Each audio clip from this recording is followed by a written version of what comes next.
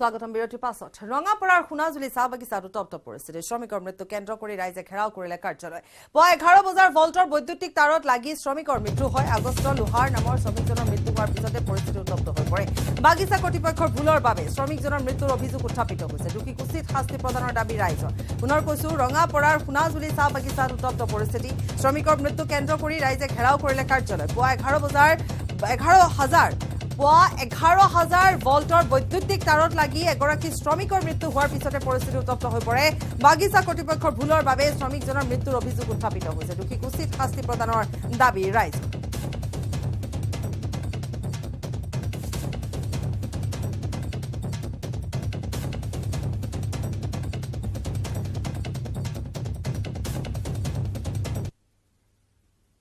ধুবুৰীত এক পথ দুৰ্ঘটনা সংঘটিত হৈছে আৰু এই ধুবুৰী যি পথ দুৰ্ঘটনা সংঘটিত হৈছে সেই সন্দৰ্ভত আমি জনাই গৈছিলো যে গতিকৈ ভুকাবহ ভয়ংকৰ পথ দুৰ্ঘটনা আৰু যিগৰাকী ছাত্ৰ আহত হৈছিলে সেই ছাত্ৰগৰাকীৰ মৃত্যু হৈছে অতি সংকটজনক অৱস্থাত ছাত্ৰগৰাকীক যেহেতু ভৰ্তি কৰোৱা হৈছিলে ছাত্ৰগৰাকীৰ নাম হৈছে মইদুল ইছলাম পশ্চিমবংগৰ কোচবিহাৰত চিকিৎসাধীন হৈ আছিল যুৱকজন সৰস্বতী পূজাৰ দিনা সংঘটিত হৈছিল এই পথ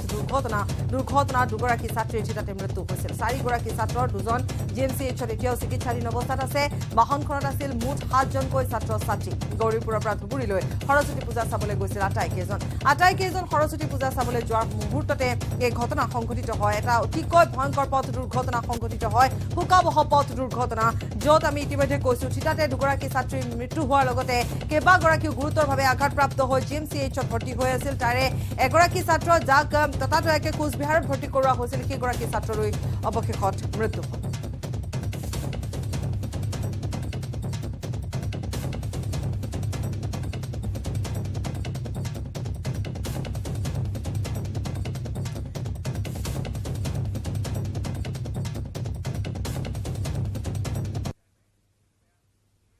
অসম সাহিত্য সভাৰ ষষ্ঠ সপ্ততিতম পূৰ্ণাংগ অধিৱেশনলৈ মাজত মাথো আৰু ৩টা দিন আছে নাৰায়ণপুৰ খামটি পথাৰৰ মণিকাঞ্চন ক্ষেত্ৰত আয়োজকৰ ব্যাপক প্ৰস্তুতি 1000 বিঘা মাটিত অধিৱেশন ৰভা দি 44খন উপসমিতি ব্যস্ত হৈছে অধিৱেশনখন সফল কৰাৰ ক্ষেত্ৰত ইয়াৰ মাজতে মুকলি অধিৱেশনলৈ নিমন্ত্ৰণ জনোৱা অতিথিৰ দীঘলীয়া তালিকা দেখি বিভিন্ন মাধ্যমত প্ৰতিক্ৰিয়া প্ৰকাশ হৈছে এই সম্পৰ্কে আদৰণি সমিতিৰ সভাপতি বিধায়ক ডক্টৰ অমিয় কুমাৰ ভূঞাই প্ৰকাশ কৰিছে প্ৰতিক্ৰিয়া পুনৰ কৈছো যে অসম সাহিত্য সভাৰ ষষ্ঠ সপ্ততিতম পূৰ্ণাংগ অধিৱেশনলৈ মাজত মাথো আৰু 3টা দিন আছে নাৰায়ণপুৰ খামটি পথাৰৰ মণিকাঞ্চন ক্ষেত্ৰত আয়োজকৰ ব্যাপক প্ৰস্তুতি 1000 বিঘা মাটিত অধিৱেশনৰ ৰভা দি 44খন উপসমিতি ব্যস্ত হৈছে অধিৱেশনখন সফল কৰাত ইয়াৰ মাজতে মুকলি অধিৱেশনলৈ নিমন্ত্ৰণ জনোৱা অতিথিৰ দীঘলীয়া তালিকা দেখি বিভিন্ন মাধ্যমত প্ৰতিক্ৰিয়া প্ৰকাশ কৰিছে বহুজনে সঞ্জীৱ লাহনৰ প্ৰতিবেদন আগবঢ়াইছে মাজত মাত্ৰ 4টা দিন তাৰ পিছতে অসম সাহিত্য সভাৰ পূৰ্ণাংগ অধিৱেশন নাৰায়ণপুৰৰ এই মণিকাঞ্চন ক্ষেত্ৰত আৰু তাকে লৈ এতিয়া উখল মাখল পৰিৱেশ আমি প্ৰস্তুতি সম্পৰ্কে ইতিমধ্যে বহুবাৰ অৱগত কৰিছো আমাৰ দৰ্শকসকলক আজিও মই প্ৰস্তুতি দেখাবৰ কাৰণে মণিকাঞ্চন ক্ষেত্ৰত উপস্থিত আছো প্ৰথমে দেখুৱাইছো এয়াই হ'ল মণিকাঞ্চন ক্ষেত্ৰ নাৰায়ণপুৰ খামটি পথাৰৰ মণিকাঞ্চন ক্ষেত্ৰ নাম দি অসম সাহিত্য সভাৰ পূৰ্ণাংগ অধিৱেশনৰ প্ৰস্তুতি প্ৰায় সম্পূৰ্ণ যেহেতু মাজত মাত্ৰ 4টা দিন আৰু আদৰণি সমিতিয়ে কেনেকৈ প্ৰস্তুতি আমি দৰ্শকসকলক যি দেখুৱাই আছো তাৰ উপৰিও যিসকল প্ৰতিনিধি আছে যিসকল অতিথি আছে তেওঁলোকক আদৰণি জনাবৰ কাৰণে বা তেওঁলোকক আপ্যায়ন কৰিবৰ কাৰণে কেনেকুৱা ধৰণৰ প্ৰস্তুতি সম্পূৰ্ণ কৰিছে সেই বিষয়ে মই জানিবৰ কাৰণে আদৰণি সমিতিৰ সভাপতি বিধায়ক ডক্টৰ অমিয় কুমাৰ ভূঞা মোৰ লগত আছে মই পোনে পোনে জানিবলৈ যত্ন কৰিম কেনেকুৱা দাদা প্ৰস্তুতি এটা সৰ্বাংগ সুন্দৰ মানে বাঁহ বেত শিল্পকলা তাৰ জৰিয়তে মানে এই মণিকাঞ্চন মিলন ক্ষেত্ৰলৈ আহোঁতে নাৰায়ণপুৰ নগৰখনক যাতে এটা ৰঙত এটা ভাষাত যাতে দেখা পায় আমি সেইটো কৰিবৰ কাৰণে প্ৰয়াস কৰিছিলোঁ আৰু এটা ৰঙত দেখাবৰ কাৰণে ইতিমধ্যে সম্পূৰ্ণ হোৱা পথত আমি আগবাঢ়িলোঁ আৰু মই কৈছিলোঁ যে থলুৱা শিল্পকলাই যাতে আমাৰ আদৰণি তোৰণ চৰণ ইত্যাদি আমি যাতে কৰিব পাৰোঁ এতিয়া আপুনি লক্ষ্য ৰাখিব গোটেই বাঁহেৰে আমি গোটেই ডিজাইন কৰিবৰ কাৰণে চেষ্টা চলাইছোঁ আৰু তেনেকৈ আদৰণি সমিতিখন তেনেকৈ বাঁহ বেত কাঠৰ যোগেদিয়ে তেনেধৰণে আৰু 44খন উপসমিতিয়ে আমাৰ কাম কাজ কৰি আছে আৰু গোটেই কাম কাজবিলাক সঠিকভাৱে আগবাঢ়িছেনে তদাৰক কৰিবৰ বাবে আমাৰ মাজলৈ ইতিমধ্যে আমাৰ কৰ্ণধাৰা সদস্য আৰু নতুন সমিতি নৱনিৰ্বাচিত উপসভাপতি গিৰীশ সন্দিকৈ ডাঙৰীয়া আহিছে তেখেতক মণিকাঞ্চন ক্ষেত্ৰলৈ আমি আদৰণি সমিতিৰ তৰফৰ পৰা আদৰণি জনাইছোঁ আৰু তেখেতক নতুনকৈ নিৰ্বাচিত হোৱাৰ বাবে আন্তৰিক আমি অভিনন্দন যাচিছোঁ খবৰ আৰু আছে সময় বিৰতি সাধাৰণ ষ্টীল এনেকৈ পৰে মাইথন ষ্টীল এনেকৈ পৰে ধমকৈ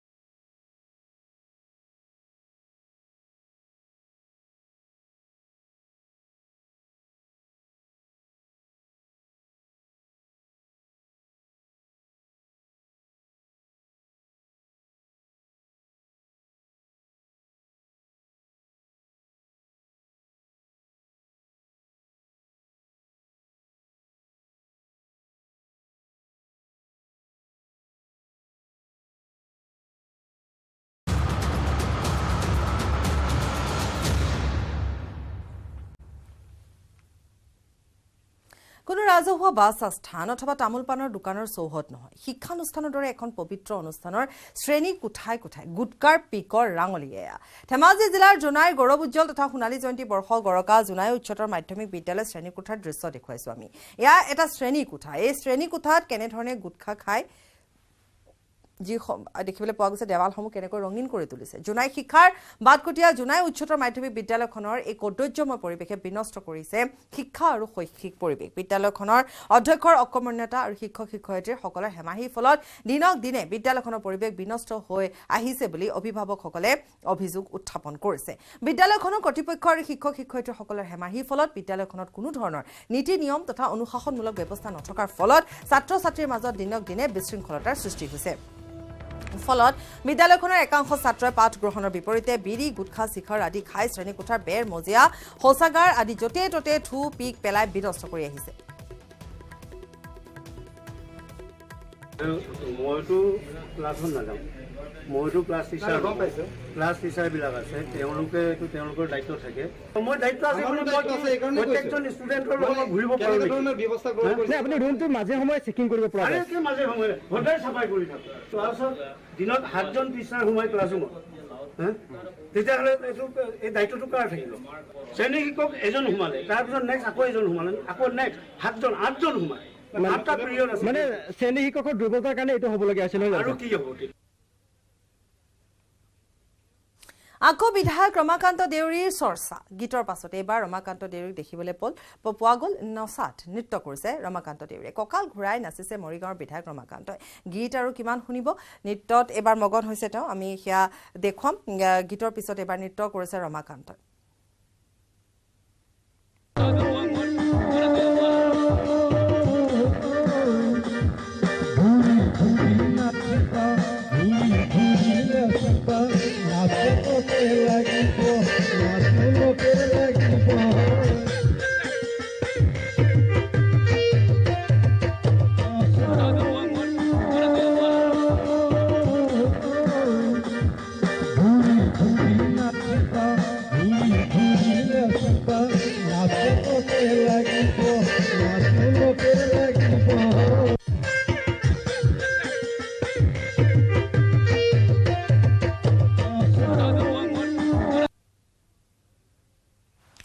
প্ৰধানমন্ত্ৰী নৰেন্দ্ৰ মোদীয়ে ছাত্ৰ ছাত্ৰীসকলৰ সৈতে পৰীক্ষা পে চৰ্চাত ভাগ লৈছে আমি পোনপটীয়াকৈ দেখুৱাইছো 2018 চনৰ পৰা যেহেতু প্ৰতি বছৰে পৰীক্ষা পে চৰ্চা কাৰ্যসূচীৰ আয়োজন কৰি অহা হৈছে আজিও তেওঁ বাৰ্তালাপ কৰিছে মত বিনিময় কৰিছে অভিজ্ঞতাৰ কথা কৈছে আমি পুনৰ এবাৰ যাম হেখন মজিয়ালৈ कर देगा और आज भी स्टूडेंट्स अपने टीचर की कही हुई बात को बहुत मूल्यवान समझता है अगर एकाध गलत बात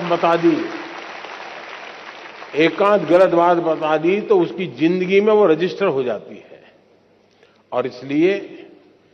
बात बताने से पहले समय लेना बुरा नहीं है हमने बाद में भी बताए तो चलता है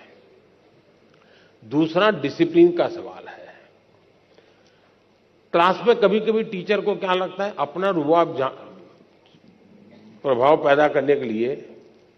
जो सबसे दुर्बल स्टूडेंट होता है ना उसको पूछेंगे बताओ तुम समझे कि नहीं समझे तो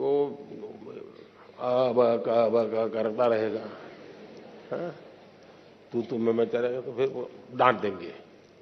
मैं इतनी मेहनत कर रहा हूं इतना पढ़ा रहा हूं तुमको कुछ समझ नहीं आ रही है अगर मैं टीचर होता तो मैं करता